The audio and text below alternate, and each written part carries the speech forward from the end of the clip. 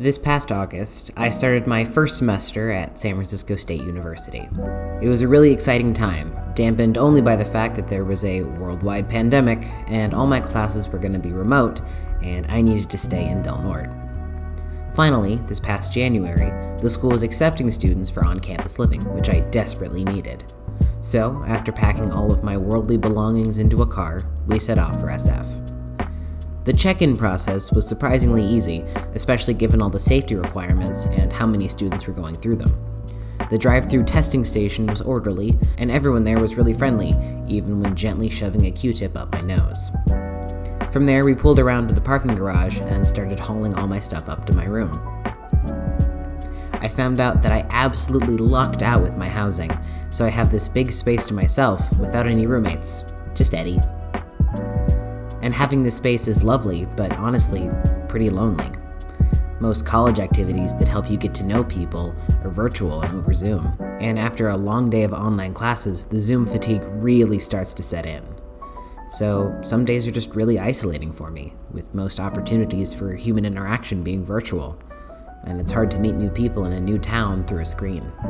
But it's important to try. Putting in the mental effort to show up to those Zoom hangouts and talk to people really does pay off.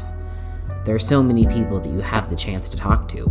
It really does help to have some human interaction, even if it's only through Zoom. This past year has been really difficult for everyone, and isolation can really take a toll on your mental health. I know my depression has definitely hit me hardest when I'm home alone for a long time.